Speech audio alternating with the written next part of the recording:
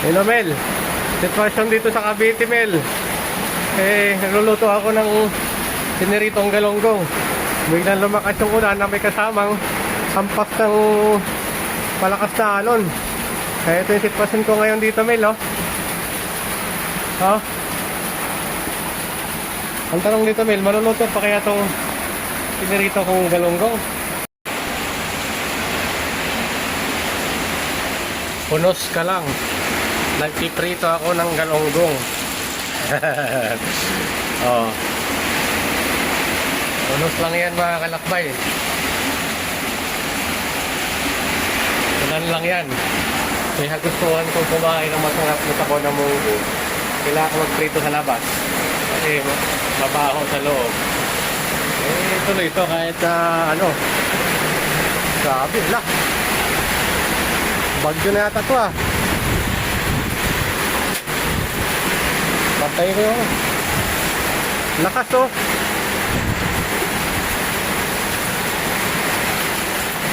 Grabe.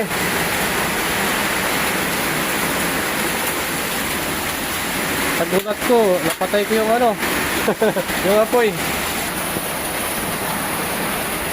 Hello Mel, sitwasyon dito sa Cavite Mel. Nagluluto ako ng piniritong galonggong. Biglang lumakas yung ulan na may kasamang hampas ng malakas na alon. Kaya ito yung sitwasyon ko ngayon dito Mel, oh.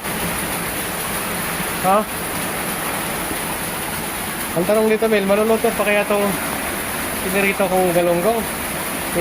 Hinihipa ng malakas na hangin yung apoy nung kalan. Ayan Mel, oh, pakita ko sa inyo Mel, yan, oh.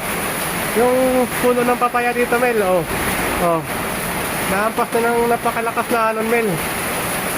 Kaya iba yung pag-iingat sa mga kababayan natin na dinadaanan ng malakas na ulan at saka hangin ngayon.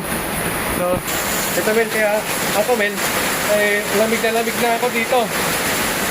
So, sobrang lamig Mel, hindi ko naman ituwid yung mga daliri ko.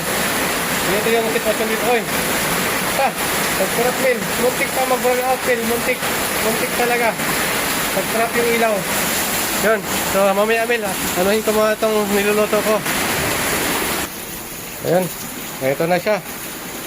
Mabuti nakaluto ako ng 4 para pansahog namin sa munggo. So ngayon, kasalukuyan ng humina yung bugso ng malakas na ulan at saka malakas na hangin. So sa mga kalakbay natin dyan sa iba't ibang dako ng Pilipinas, mag-ingat kayo.